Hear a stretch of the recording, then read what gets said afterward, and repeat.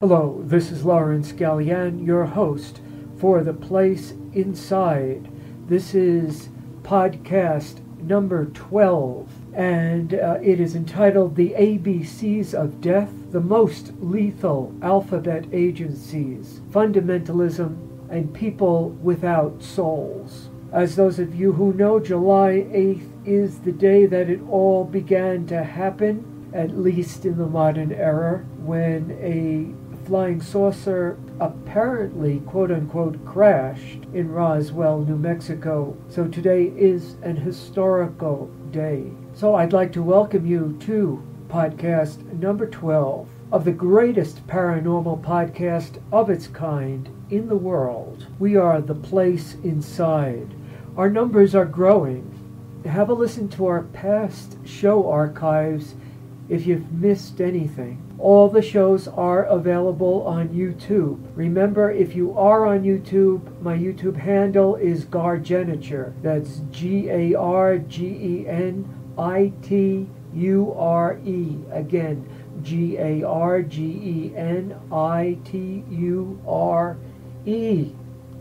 I am going to blow your minds tonight. We are going to talk about the ABCs of death, the alphabet agencies. For those unaware of what I'm referring to, I'm speaking about those governmental agencies that use acronyms and initialisms like FBI, CIA, FEMA, or FEMA, instead of saying what individual letter of their name means. I have been doing extensive investigative journalism into these secretive agencies to bring you information about our own government. These agencies are secretive for a reason, and tonight you will find out these nefarious reasons. Get ready to have your world turned upside down. You are also going to get a very exciting and powerful new mantra which will turn on new forces and powers within you. Please send me an email, report to me how you're doing with your mantras, with your reading. I'd like to know. And like always, we're going to have many surprises along the way.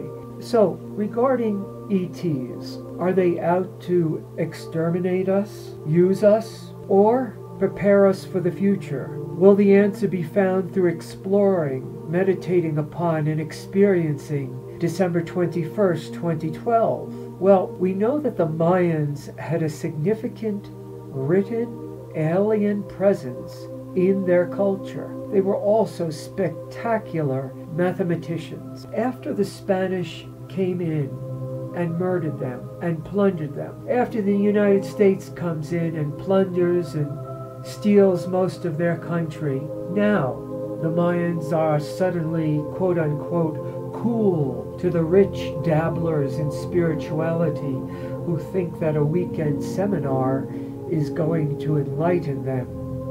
I despise these people who have all the right yoga-type clothes, all the right spiritual jewelry, sandals, and so forth. But when it comes to doing any hard service for humanity, when it comes to getting themselves dirty, when it comes to a commitment of years and not hours, they freak out.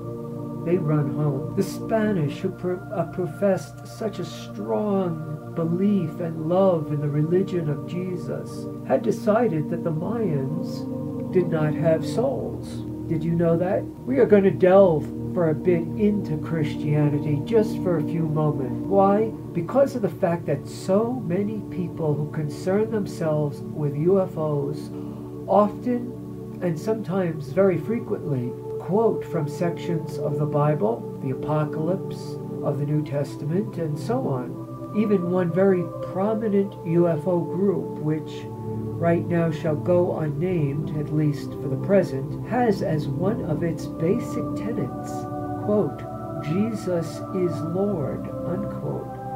So obviously, whether we want to get into this or not, we have to. So while Protestants try to distance themselves as much as possible from the actions and beliefs of the Catholic Church in the ancient times, the fact remains, the Catholic Church, also known as the Roman Catholic Church, was the world's largest Christian church. Now, following the Reformation in the 16th century, the church, in communion with the bishops of Rome, used the term Catholic to distinguish itself from the various Protestant churches that split off. So the term Catholic is a new term, actually. Many people who dislike the various councils that were convened to decide who Jesus was and to decide church doctrine do not know that there was a Council of Jerusalem about the year 50 in which Paul and the Apostle Peter attended, and they were very vocal and outspoken at this council. Certainly what Jesus taught is not what is being practiced and taught today by either the Catholics or the Protestants. By the year 160, most communities had a bishop who based his authority on the chain of succession from the apostles to himself. But it is difficult to ascertain the identity of the first bishop of Rome to carry the title Pope of Rome. Some sources suggest that it was Pope Marcellinus, who died 304 AD, or in the Common Era.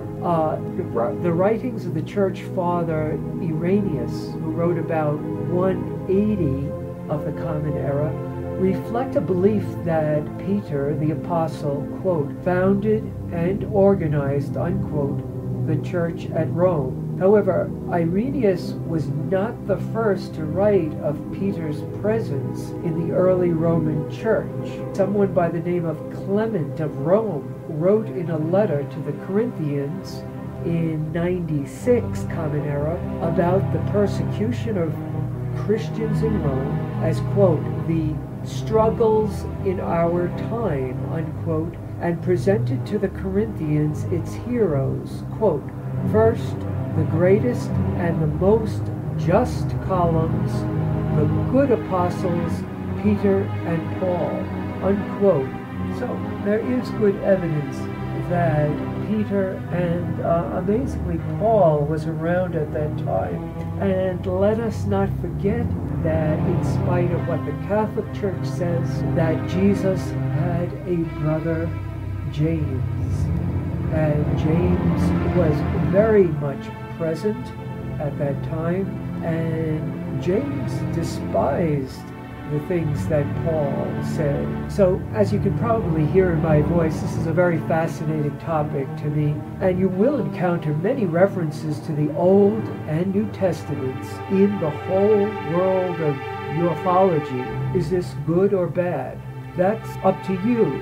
My opinion, we can learn from any ancient source, and we must not toss out any, nor make any one in particular the only source where we get our information from. What we need to beware of is fundamentalism.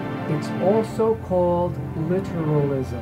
These are the religious people, Jews, Christians, Muslims, etc., who say, quote, if it isn't in our book, it doesn't exist, unquote.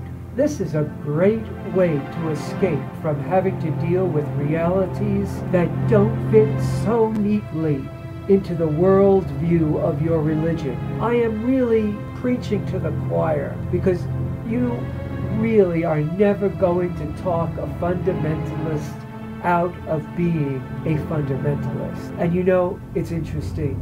Many fundamentalists do not even think they are fundamentalists. They will tell you that they are very open-minded. Now, a woman by the name of Laura Cortner, C-O-R-T-N-E-R, mentions in the most recent issue of UFO magazine the following, quote, unfortunately, anything that is not explicitly mentioned in their scriptures, the Torah, the Quran, the Bible, is by default evil, because any pursuit of same will distract you from further study of the accepted word.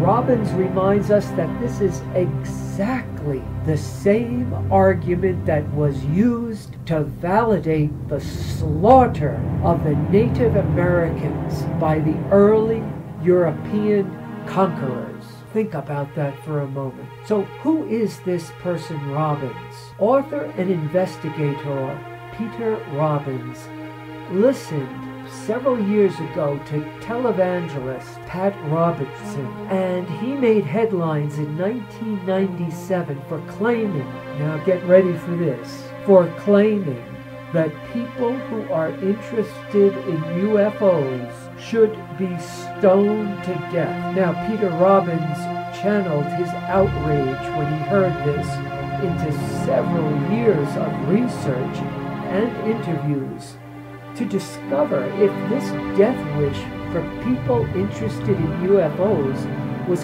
common among the fundamentalist Christian community.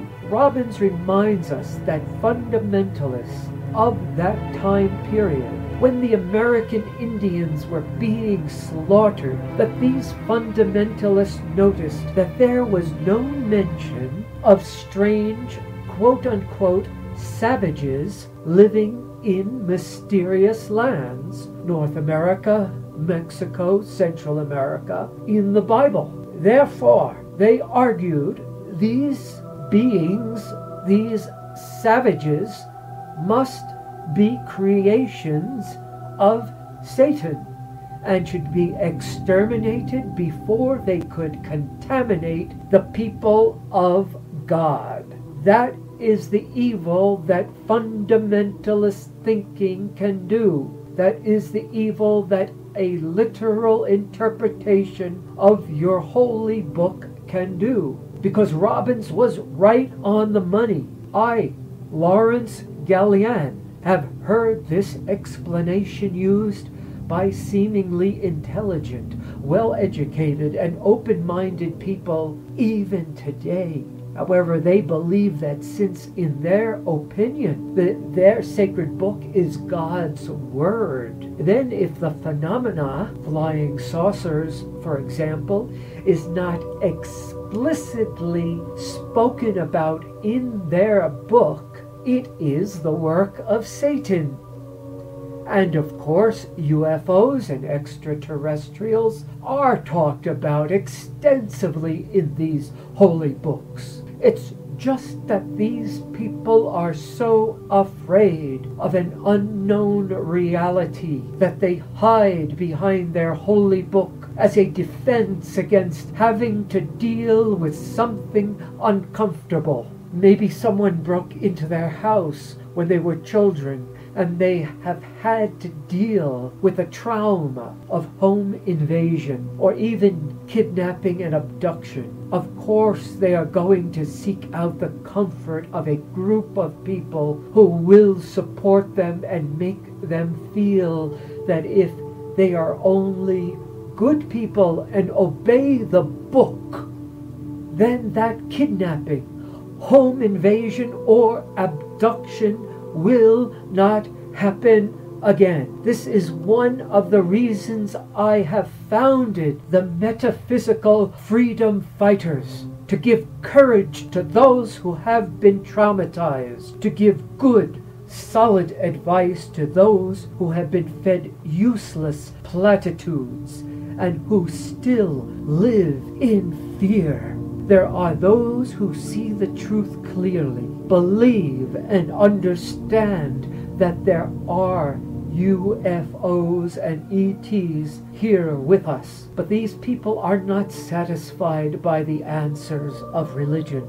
They need something different, and they refuse to become mental zombies by joining some fundamentalist, literalist church or cult that tells them that either unidentified flying objects and extraterrestrials don't exist, or that they are the work of Satan.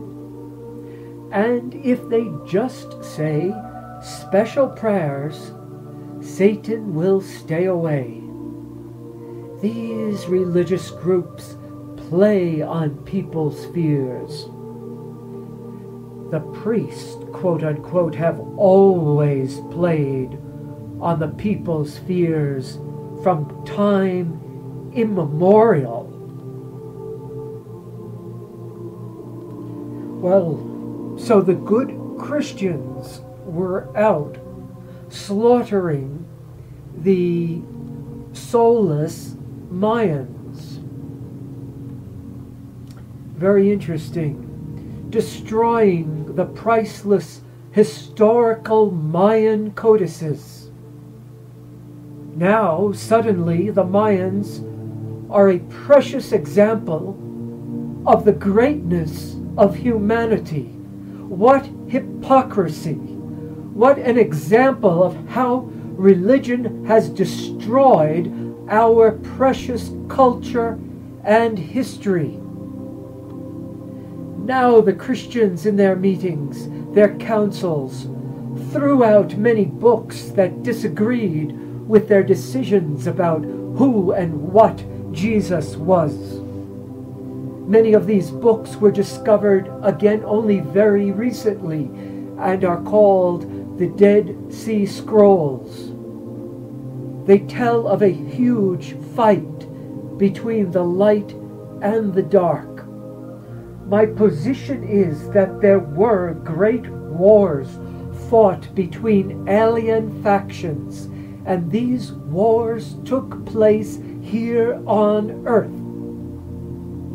A war is still taking place, but it is done much more subtly now. You may wonder why I place so many photos of ufologists and people just like yourselves who have joined together to explore this profound subject. I want you to know that you are not alone. There are many normal, healthy, psychologically fit, intelligent people out there who are fascinated by UFOs, who have seen UFOs, and who have had encounters with aliens. You do not need to feel alone or be alone. You do not need to fear. Is your fear based on a word or an abstraction? Or is your fear based on an experience? Don't suffer in loneliness and despair in your little house or apartment. Take advantage of the friendship, camaraderie, love, and companionship that awaits you out there amongst the very many UFO groups. It is always best if you have real relationships and friendships as opposed to virtual internet friendships. Now, the so-called alphabet agencies. Acronyms and initialisms are abbreviations formed from the initial components in a phrase or name. These components may be individual letters, as in CEO, or parts of words, as in Benelux and Amislan. The armed forces and government agencies frequently employ initialisms and occasionally acronyms. Some well-known examples from the United States are among the alphabet agencies created by Franklin Delano Roosevelt under the New Deal. The rapid advance of science and technology in recent centuries seems to be an underlying force driving the usage, as new inventions and concepts with multi-word names create a demand for shorter, more manageable names. One representative example might be from the U.S. Navy. It's COM Sea Cruiserspack, which stands for Commander Cruisers Destroyers Pacific. It's also seen as Com Crew des Spac. These agencies have an exoteric side, meaning an explanation for the general public, and an occult side. I am using occult here in the sense of something that is hidden. These agencies contain many hidden missions which maintain a veil of highest level security. Of course, many of the exoteric operations of these agencies are needed for a government to function smoothly, for a country to be safe, and for its people to be helped in time of crisis. However, most of these agencies have a whole host of black ops, secret missions that have nothing to do with serving the American public. Often they exist just to continue spending the public's money. For the United States, and I am a United States citizen, has been in the business of war for many decades now, at least since the time of President Eisenhower. The military-industrial complex. We are also in even a more clandestine, quote-unquote, business, if you will. The business of attempting to rule the world, along with the Bilderbergers, the Vatican, London, and a mysterious evil entity which came from deep within the cosmos and has taken up residence somewhere on planet Earth. A black operation, or black op, is a covert operation, typically involving activities that are highly clandestine and often outside of standard military protocol, or even against the law. A key factor in making an operation quote-unquote black is that it is carried out with great secrecy. In many cases, no official records of the operation are kept. Black ops missions often fit into the plausible deniability category, in which there is no claim of responsibility for the action, and or a false flag operation is used to give the appearance that another actor was responsible, or, most often, black operations involve extensive arrangements so as to be able to hide the fact that the black operation ever occurred. Black military operations or paramilitary operations can be used by various secret services to achieve or attempt to achieve an unusually sensitive goal. The methods used in black operations are also used in unconventional warfare. Depending upon the precise situation in a given case and the level of authoritarianism of the national government or other responsible party, some tasks will be conducted as black operations, while there are usually other activities that can be admitted openly.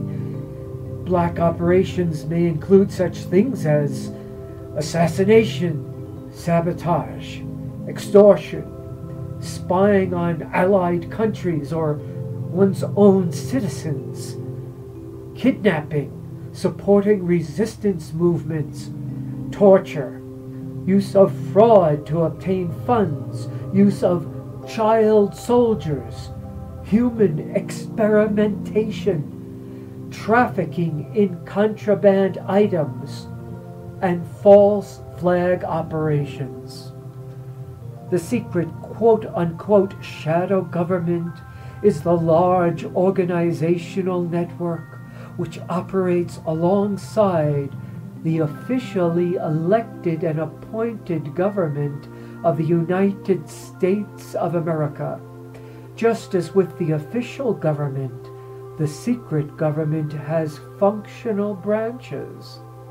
Just as with the official government, the shadow government, again, has functional branches.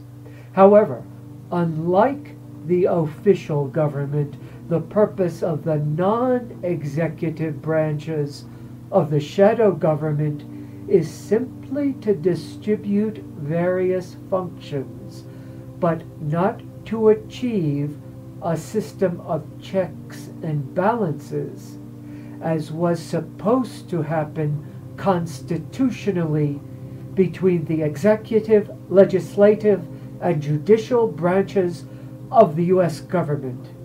That is because the shadow government is a creature of a powerful elite who need not fear being dominated by an instrument of their own creation.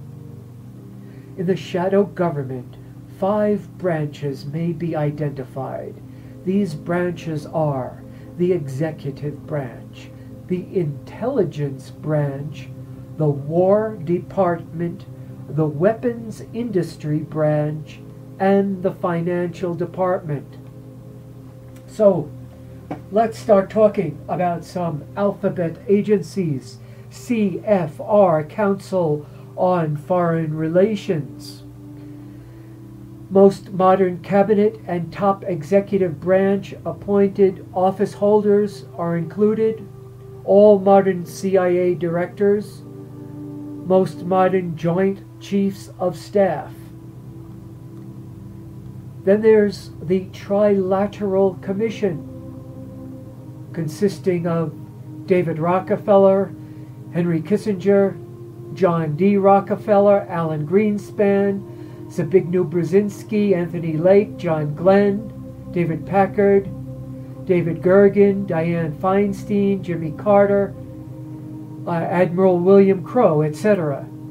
The Bilderberg Group, Prince Hans Adam of Liechtenstein, Prince Bernhard of Netherlands, Bill Clinton, Lloyd Benston, etc.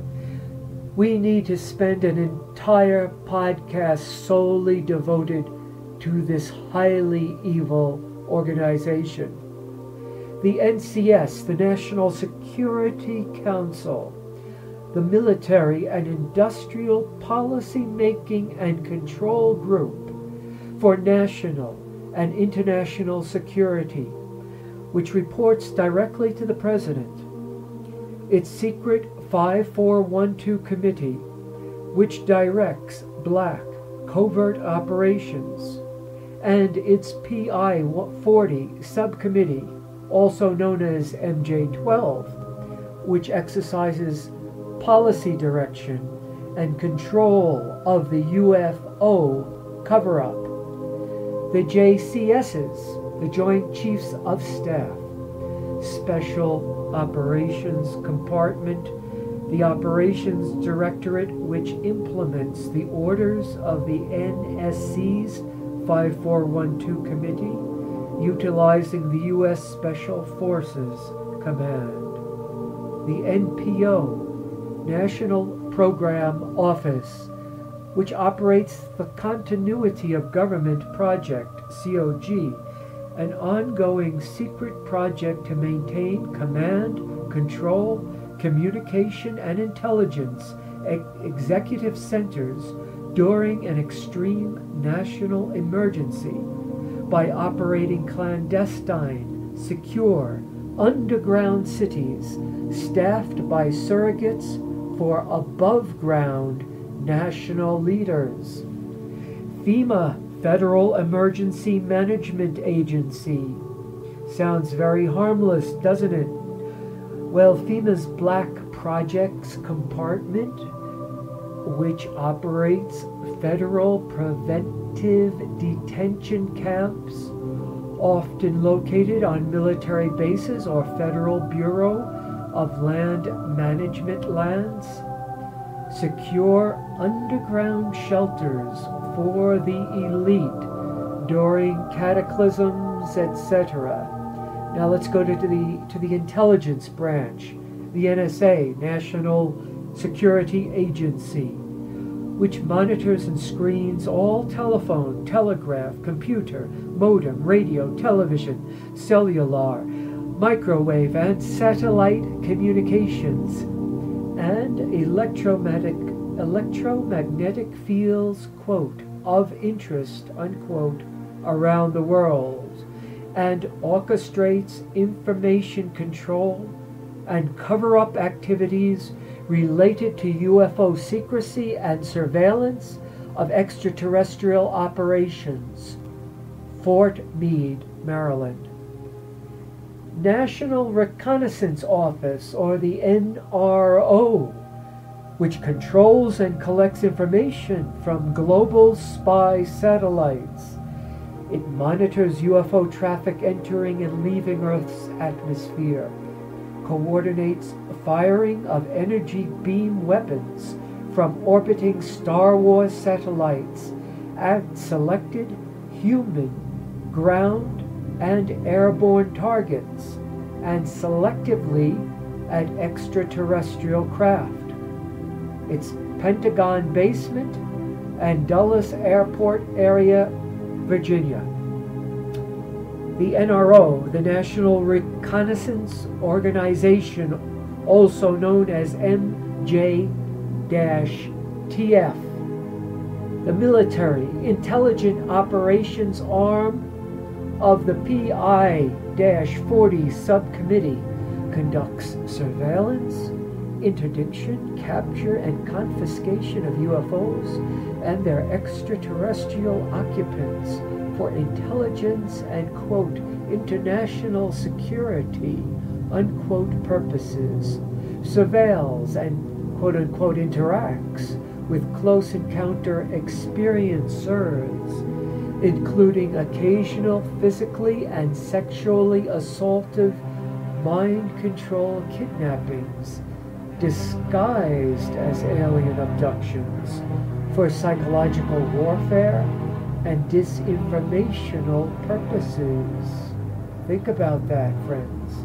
Headquarters unknown, probably compartmented and dispersed among various elite Delta Force Special Operations units, such as the USAF, Blue Light at Curlbert Field, Marietta, Florida, and Beale Air Force Base, Marysville, California. CIA, Central Intelligence Agency, commands, often controls, and sometimes coordinates the gathering of secret overseas information gathered by spies, electronic surveillance, and other means, carries out covert, unconstitutional, paramilitary counterinsurgency operations and preemptive political pacification projects in violation of international law, as well as counterintelligence sting operations against foreign agents,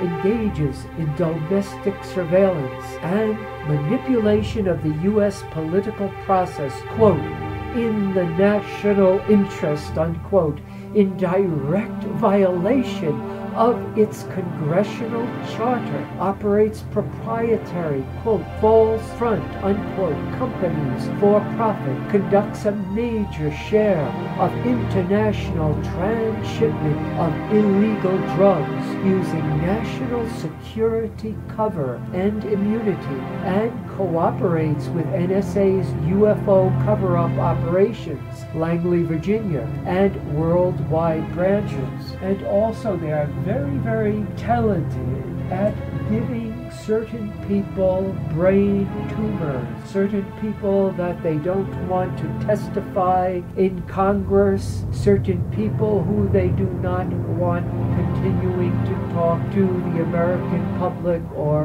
writing books books read by the American public. Then there's the FBI, the Federal Bureau of Investigation, Counterintelligence Division. This is the branch which investigates, surveils, and neutralizes foreign intelligence agents operating within the U.S. and cooperates with the National Reconnaissance Organization in the surveillance of those involved in close encounters with UFOs and extraterrestrials. Really, folks, I advise you really need to get out a pen and paper, because this information is powerful and it should be passed on and not forgotten. The DOE Intel, Department of Energy Intelligence, conducts internal security checks and external security threat countermeasures, often through its contract civilian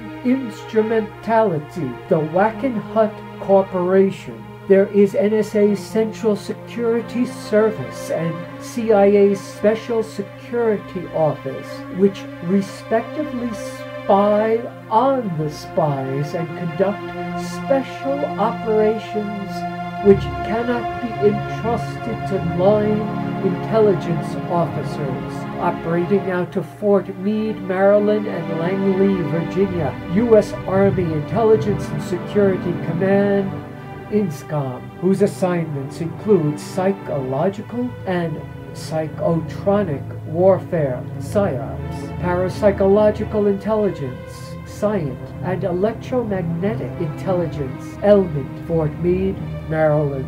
U.S. Navy Office of Naval Intelligence, ONI, which gathers intelligence affecting naval operation and has a compartmented unit involved in UFO and USO, unidentified submerged objects, information gathering. AFOSI, U.S. Air Force Office of Special Investigations, gathers intelligence affecting aerospace operations and has a compartmented unit involved in investigating UFO sightings, extraterrestrial contact reports, as well as IAC, identified alien craft, surveillance, and coordination with NRO interdiction operations, Bowling Air Force Base, Maryland. The DIA, Defense Intelligence Agency, which coordinates the intelligence data gathered from the various armed services, intelligence branches, Army, Navy, Marines, Air Force, Coast Guard, and Special Forces, and provides counter-threat measures, which includes providing security at ultra-classified installations by the deployment of U.S., quote, thought police, unquote,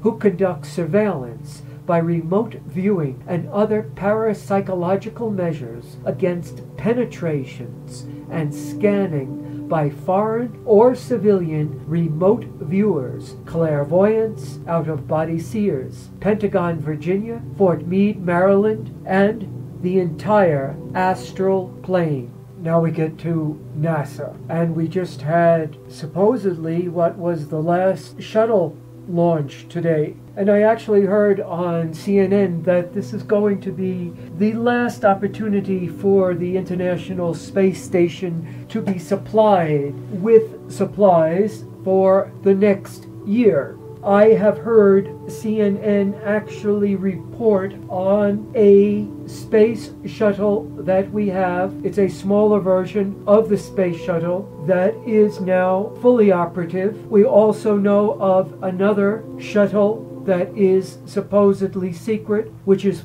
fully operative. It just got back from a full year in space, so it is absolute bullcrap when they say that this is the last opportunity for the International Space Station to be supplied. There are already 2 fully functioning spacecraft that are lifting off regularly into space, and many others in secret, discreet locations. So I just wanted to make that clear. Let us go on. The Air Force has a Special Security Service, which is an NSA USAF Joint Intelligence Operations Unit, dealing with possible threats to aerospace operations from foreign powers, terrestrial or otherwise.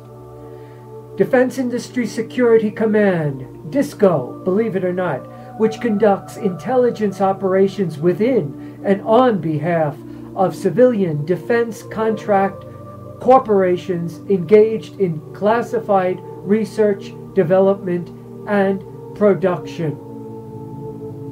Isn't that wonderful? Civilian defense contractors have their own Defense Industry Security Command, which conducts operations within and on behalf of them. The DIS, yes, the DIS, DIS, the Defensive Investigative Service, which conducts investigations into people and situations deemed a possible threat to any operation of the Department of Defense, the NIS, Naval Investigative Service. They conduct investigations against threats to national operations. The Air Force Electronic Security Command, which conducts surveillance and interdiction of threats to the security of Air Force electronic transmissions and telemetry, and to the integrity of electronic countermeasure, known as ECM, warfare equipment. Defense Electronic Security Command, they coordinate intelligence, surveillance, and countermeasures against threats to the integrity of the military electronic equipment and electronic battlefield operations. They work out of Fort Worth, Texas. Now we're going to get into some very, very heavy things. Project Deep Water. The ongoing effects of the compromised personnel, sources, and methods resulting from the secret importation of Hitler's own Nazi intelligence chief, General Reinhard Galian, to redesign the U.S.'s intelligence apparatus. Next, Project Paperclip. Many of you know of this. What you may not know, ongoing results of the secret importation of Nazi weapons and aerospace UFO scientists into the United States secret military research and development bases. The CIA's Directorate for Science and Technology, they gather information with promise for scientific and technological developments which present a superiority advantage for or a threat against the national security. Also contains the, quote, weird desk, unquote, which centrally processes intelligence about UFOs and ETs and their interaction with Earth. Currently, the current Deputy Director of Central Intelligence for Scientific and Technology is Ron Pandolfi. The SDIO, the Strategic Defense Initiative Office, along with the BMDO, Ballistic Missile Defense Org, coordinates research, development, and deployment of Star Wars electromagnetic pulse, killer laser, particle beam, plasmoid, and other advanced technology aerospace weapons.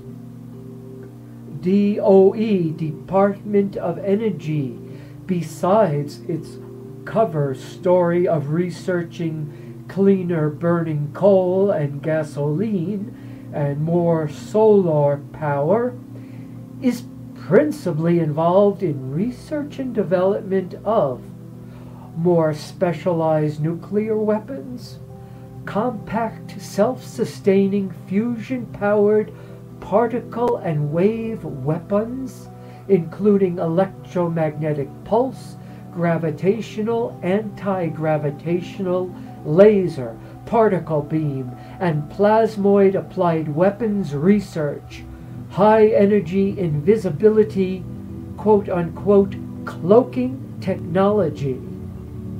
Now let's go to the Laurence Livermore National Laboratories, Sandia National Laboratories West, SNL-W,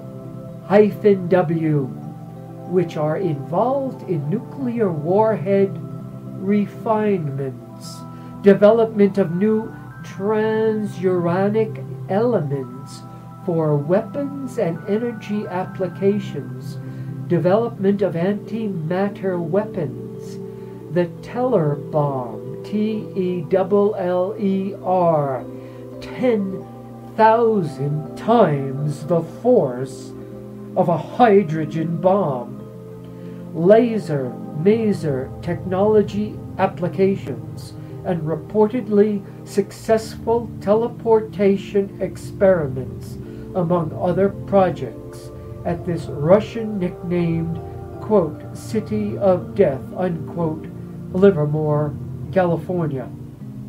INEL, Idaho National Engineering Laboratories, which houses numerous underground facilities in an immense desert installations complex, larger than Rhode Island, has security provided by its own secret Navy base, is involved in nuclear, high-energy electromagnetic and other research, and includes Argonne National Laboratory, West Arco, Idaho, the Sandia National Laboratories, Phillips Air Force Laboratory. These are sequestered on Kirtland Air Force Base and the Sandia Military Reservation, and conduct the translation of theoretical and experimental nuclear and Star Wars weapons research done at Los Alamos and Lawrence Livermore National Laboratories into practical working weapons out of Albuquerque, New Mexico. Tonopah Test Range. This is SNL's DOE weapons testing facility for operationally testing Star Wars weapons in realistic target situations, and is adjacent to classified stealth and cloaked aerospace craft and United States UFO bases at the Groom Lake USAF/DOE/CIA base, otherwise known as Area 51, and Papoose Lake Base S-4 Nevada Test Site, Nellis AFB Range, Tonopah, Nevada. That was a mouthful. Haystack Buttes USAF Laboratory Edwards AFB, California, A30 levels deep, extreme security facility, reportedly engaged in alien technology retro-engineering. Let me give that to you again. Haystack, Buttes, USAF, Laboratory, Edwards Air Force Base, California. A 30 levels deep extreme security facility reportedly engaged in alien technology retro-engineering. Los Alamos National Laboratories, the premier research lab for nuclear, subatomic particle, high magnetic field, exometallurgical, exobiological, and other exotic technologies research, Los Alamos County, New Mexico. Area 51 Groom Lake, USAF, DOA, CIA base, and S-4, ultra secure, quote, non-existent, unquote, deployment bases where extremely classified aerospace vehicles are tested and operationally flown, including the Aurora hypersonic spy plane, the Black Manta TR-3B stealth fighter follow-on to the F-117A, the Pumpkin Seed hyperspeed unmanned aerospace reconnaissance vehicle, and several variants of anti-gravitational craft, US-UFOs. U.S. Special Operations Command, Hurlburt Field, Marietta, Florida, along with its Western U.S. Headquarters, Special Operations Command, Beale Air Force Base, Marysville, California, coordinating. U.S. Army Delta Force, SFOD-D, U.S. Navy SEALs, Black Berets, Coronado, California, U.S. Air Force Blue Light Red Berets, Strike Force. All right, we're getting deeper into DARPA, the Defense Advanced Research Projects Agencies, which coordinates the application of latest scientific findings to the development of new generations of weapons. The JASON Group, elite weapons application scientists developing cutting-edge science weapons for DARPA and operating under the cover of the MITRE Corporation. The Aquarius Group, UFO technology application scientist reportedly working under the guidance of the Dolphin Society, an elite group of scientists privy to extremely classified science and technology findings. Defense Science Board, which serves as the Defense Department's intermediary between weapons needs and the physical sciences. Defense Nuclear Agency, currently concentrating on fusion-powered, high-energy particle beam, X-ray laser, and EM force field weapons development and deployment. U.S. Space Command, Space War Headquarters for operating, quote, the next war which will be fought and won in space, unquote. Falcon Air Force Base, Colorado. North American Aerospace Defense Command, NORAD, operating the Nuclear Survivable Space Surveillance and War Command Center deep inside Cheyenne Mountain, Colorado Springs, Colorado. Air Force Office of Space Systems coordinates the development of future technology for operating and fighting in space. The National Aeronautics and Space Administration, NASA, which operates covert space defense, ET research, and space weapons compartments in addition to manned shuttle and unmanned scientific satellite launches. NASA's Ames Research Center, which conducts the SETI Search for Extraterrestrial Intelligent Project, Exobiology Alien Life Forms Division, and quote-unquote human factors, Psi Warfare Division, located in Sunnyvale, California. Project Cold Empire, SDI Weapons Research, classified. Project Snowbird, pseudo-UFOs, UFOs used as misinformation. Project Aquarius, UFO research, classified. Project Millstar, development and deployment of World War III, Space War, command, control, communication, and intelligence satellites. Project Tacit Rainbow, stealth drones, pseudo-UFOs. Project Timberwind, nuclear-powered space vehicles. Project Code EVA, spacewalk-based technology. Project Cobra Mist, SDI energy beam, perhaps plasmoid, weapons research.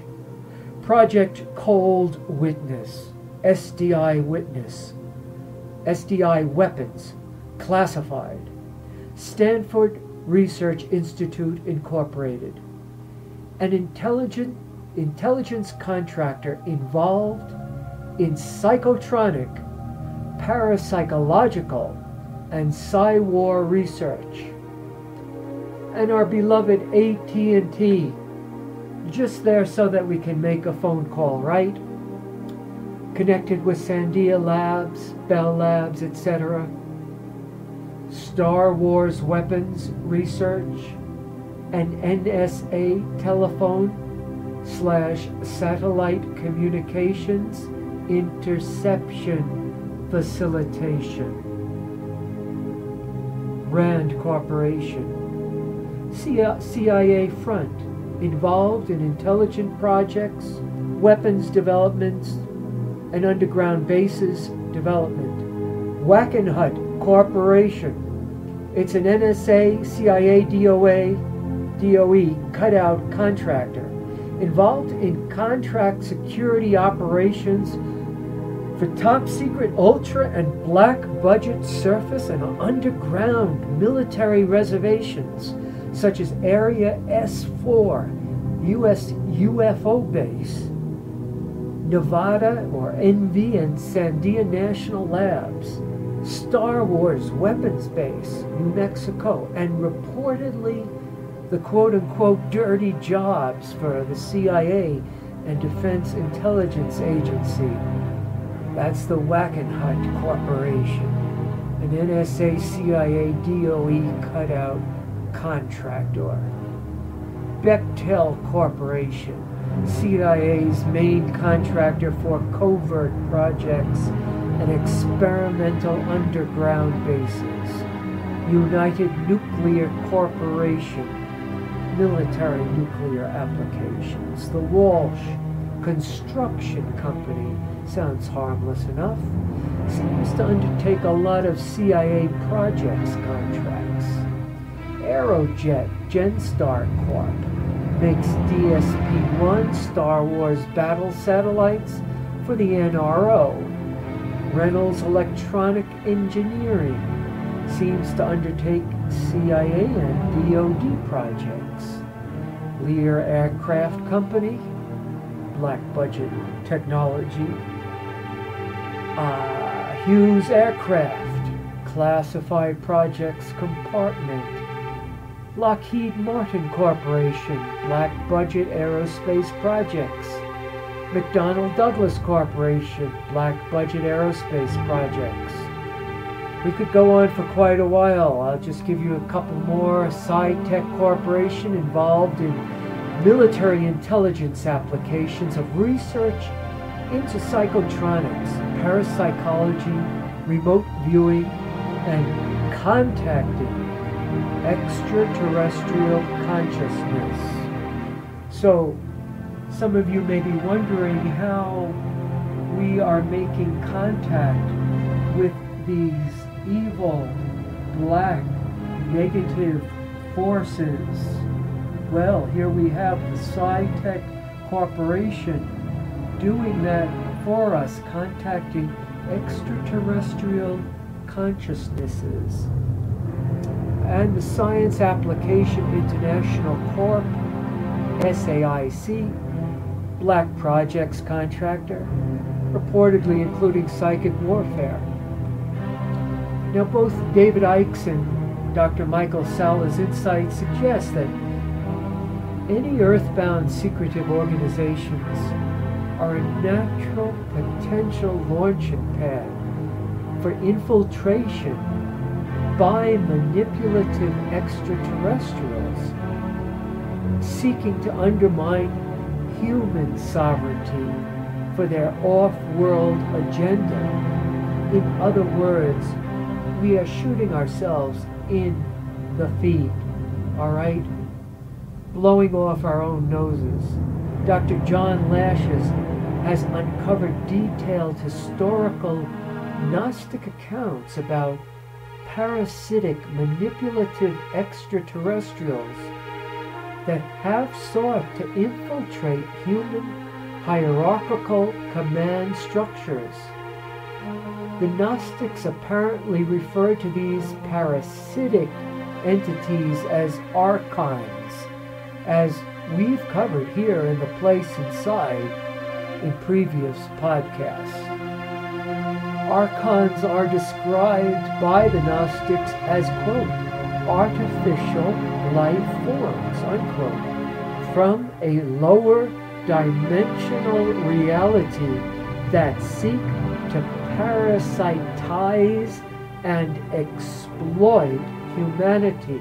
They actually will live in the skull of a human being. The secrecy associated with UFO and extraterrestrial contact with earthbound humanity is an apparent outcome of the secrecy of many elite-driven earthbound institutions. Dr. Sala, in his exopolitics research, refers to a manipulative extraterrestrial industrial complex, MIEC, which is derailing us humans from our evolution into a state of enforced devolution, which has been further explored by the very brilliant Michael Cremo, who I especially recommend his books. Now, throughout history, let's just go back several hundred years, we know some very strange supernatural creatures and beings were walking around the earth. There was a being known as the Wild Man. He was a sort of cleaned up Yeti. He was seen all over Europe. There is no doubt that he and she, yes, there were wild women too, existed. There were elves, trolls, fairies, goblins.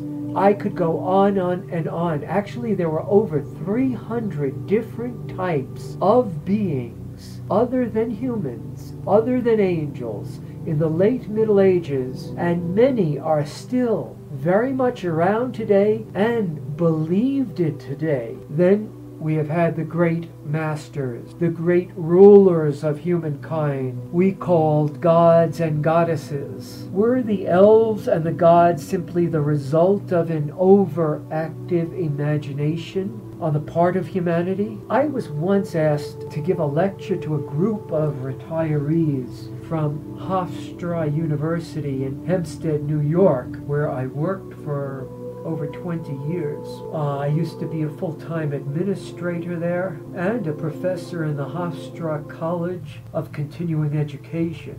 So when I was asked, I said, sure. Of course. I thought it would be a nice thing to do for these kind old retirees, but I was particularly blessed with quite a crew of academic retirees. I was asked because I had given many lectures about Wicca, Celtic mythology, Welsh mythology, the Western magical tradition, and so forth at the College of Continuing Education. So they asked me to talk about the paranormal in general. So I prepared, innocently enough, a nice, friendly talk that I thought a nice group of elderly retirees would find interesting and fun. Well, the experience was a nightmare. I had forgotten to take into account that while these people were retired, they were still the same cold, heartless academics who loved to tear anything sacred or holy down and to trample on the mysteries. Before I was 25% into my talk, they were shouting and yelling at me. Literally, they were shouting and screaming at me. I had to stop. I couldn't continue. They were not even giving me the respect of allowing me to finish my talk. And it's so interesting, isn't it, why these certain subjects get certain people so upset. What is it about these subjects like UFOs that make people so angry? Why do they lose their composure? What button is this pressing in them? Well, anyway, they were saying that all this talk of extraterrestrials and paranormal beings was all pure imagination. Now, I was just dumbstruck. I hadn't prepared myself for this. I asked them if they truly thought that the reports for hundreds of years by reputable teachers, constables, pastors, farmers, and so forth were just blatant lies, and they all, as a group, calmly said, yes. Well, there was also one elderly chap who actually challenged me to a debate, which I immediately agreed to. However, he mysteriously chose to slip out of the room after I agreed to the debate before any debate could be arranged. But I had had enough abuse from these representations of the worst creatures from hell. I asked them, do any of you believe in God? I got a mixture of yeses and nos with a show of hands. I asked for a show of hands regarding the Bible and Torah also, and again received a mixture of responses. Then I let them have it. I said, well, for many of you, you are going to have to confront the other side in a very short time. Are you so sure that you have it right? Those of you who just said you believe in God and a holy book certainly know all the references in these books to angels, supernatural beings, and infernal beings. What do you think we are talking about here today? Do you believe or don't you believe in the spirit worlds? I continued, if you believe in heaven, then you are telling me that you too are hallucinating, lying, that you are creating fantasies, that you have overactive imaginations? I saw many of their heads drop in bewilderment, confusion, shame, and wonder. Afterwards, the person who had arranged the conference came up to me at the end of my talk, and she gave me my check and enthusiastically invited me back for another talk. She said that no one had spurred the group to such a heated discussion for such a long while. I politely smiled and said, no thanks. Just a quick word. If you want to time travel, you would need a spaceship as large as several 100,000 stars. We are already part of a community of trillions of stars. Now this gets very interesting. So we only need to align ourselves properly with a galactic or star collective. And as part of our, let's call it, membership fee, we will be able to utilize the community of stars, the star community, to time travel. I thought I would just pass on that little bit of information for your consideration. But back to our rude group of retired professors, just for a moment, from Hofstra University. At that time, I did not know that a humble gentleman had discovered the true location of the mythical city of Troy. Anything that challenges the accepted scientific, which includes historical, anthropological, archaeological view of the world, is ignored. Frequently in the subjects we've discussed, like giants, they have to hide the evidence. You would not believe what is in the back rooms and the basements of the world's so-called greatest museums. For example, I have been putting up photos during this show of the very large heads, obviously cataloged by a museum and on display. Well, the thing is, they are not on display. They are not on exhibit in the museum. They are kept from public view, as so are the giant skeletons and other evidence of humans existing millions of years ago, like footprints in stone that dates the footprints back millions of years, or something even more astounding, human footprints next to dinosaur footprints. Were these humans time travelers? Maybe. I can accept that hypothesis. However, if the myth of Troy was in fact no myth at all, but a real city, then we have to look at other myths and ask, are they primitive attempts to explain the universe and the human psyche? Or were these historical reports of reality? The world's mythology abounds in reports of battles between the light and dark forces of beings that came from the sky. While their ships and their dress may have been seen through the lens of the person living at that time, we still have a news report, if you will. We still have an actual historical event that is being reported, and it was reported in the manner that news was reported at that time.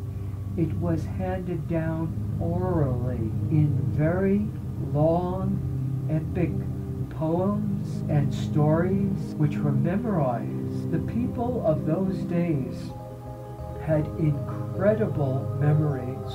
Now, please let me clarify.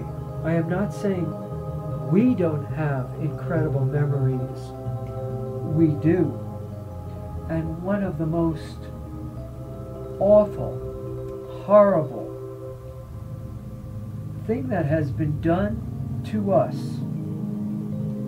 to make us feel stupid is to make us believe that we do not have good memories.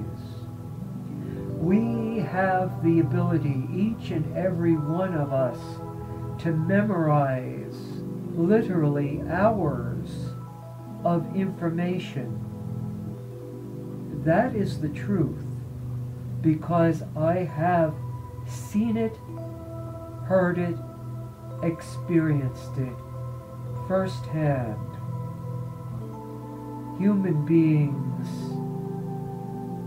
are wonderful, amazing, and it is my deep dedication to actuate and activate this beautiful human being.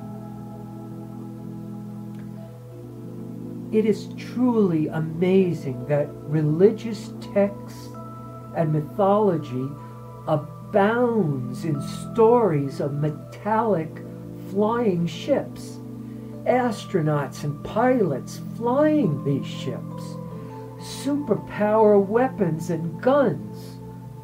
Now, could people really imagine such things that had never, ever been seen before?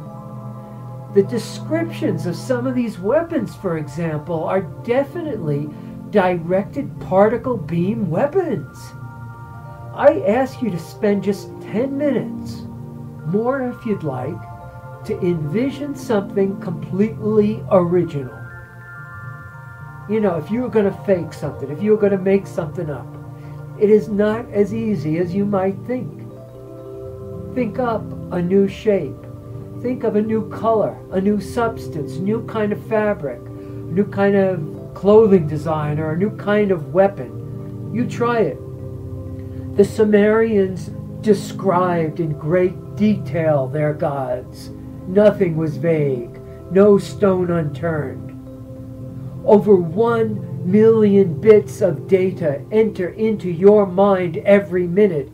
This is data from the environment, alerting you of colors, sounds, smells, and overall energy of the moment.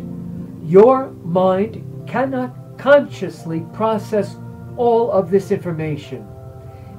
As such, the information is sorted according to what you give your attention to. Based on your mental makeup, you are more likely to focus your attention on certain stimuli and avoid or overlook others. Mind voyaging helps you to understand your information filtration system, and also helps you to focus on the information that is relevant and helpful to your intention. When Shannon McCabe, president of HPI, went to Chichen Itza, he was walking through history, a find that may have its roots in East Asia, India, Crete, and with an extraterrestrial alliance. Quetzalcoatl was described as a white god with pale skin and blue eyes. Quetzalcoatl and his away team all wore black, coarse robes and traveled in foreign ships with swan wings. The hulls of these ships glowed so brightly that it was hard to look upon by the Indians of these indigenous cultures. Quetzalcoatl was known by several names. The Toltecs and Aztecs refer to him as Quetzalcoatl. The people of the Incas called him Viracocha. The Mayans called him Kukulkan. It appears that Quetzalcoatl must have had a fast flying vehicle that could take him from Mexico to Central America, to South America, all the way down to the Horn and back up again. What kind of ship could transport a fair-skinned god around the country like that?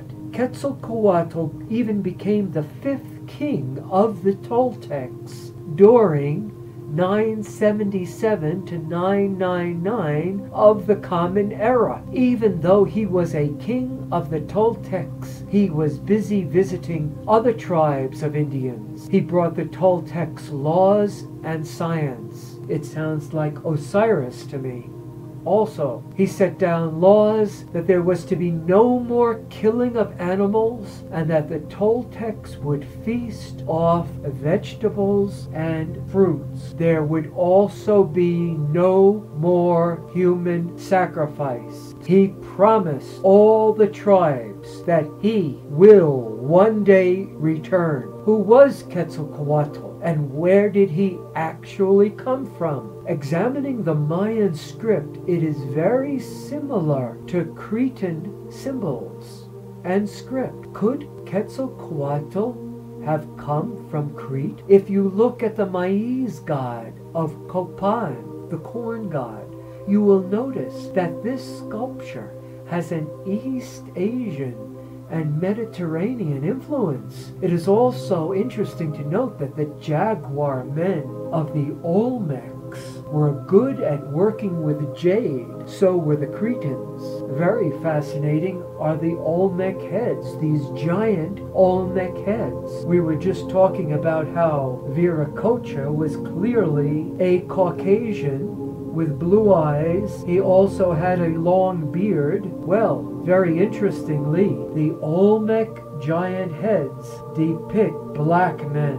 Strong, wise black men. Where did they come from? Neither the black men nor the very white, blue-eyed, bearded Caucasians, according to science, archaeology, anthropology, could possibly have been in South America and Mexico and Central America at that time. Then things get a bit confusing because the warrior temple at Chichen Itza, with all of its columns and thousands of pillars, is somewhat reminiscent of Egypt. Now we have an Egyptian influence. It's just amazing. What is also interesting is that there is a reptilian influence. Representations of reptiles like serpents are seen with the cultures I mentioned. So let us go on. We spoke about you finding your true name and what you are here on earth to do. If you can discover these two things, your true name and what you are here on earth to do, you will be filled with power and you can fulfill your karmic destiny on this planet. Your new mantra is, grant me to have all power and wisdom that I may best fulfill my life's purpose. You're going to have to write that down at first. But amazingly, you're going to find that you will memorize it very quickly, almost automatically, because it was given by a master. His name was Hazrat Inayat Khan. So go to my Facebook page and friend me if you truly want to be part of this effort, this movement toward real freedom. I am talking about the page that says Laurence Galian Public Figure, not my private page. Sign up on the public figure page. I monitor that page. If I see you are truly making an effort to learn, I will help you in your efforts to grow. That ends our transmission for the 8th of July 2011. The countdown is on. I will be in contact soon.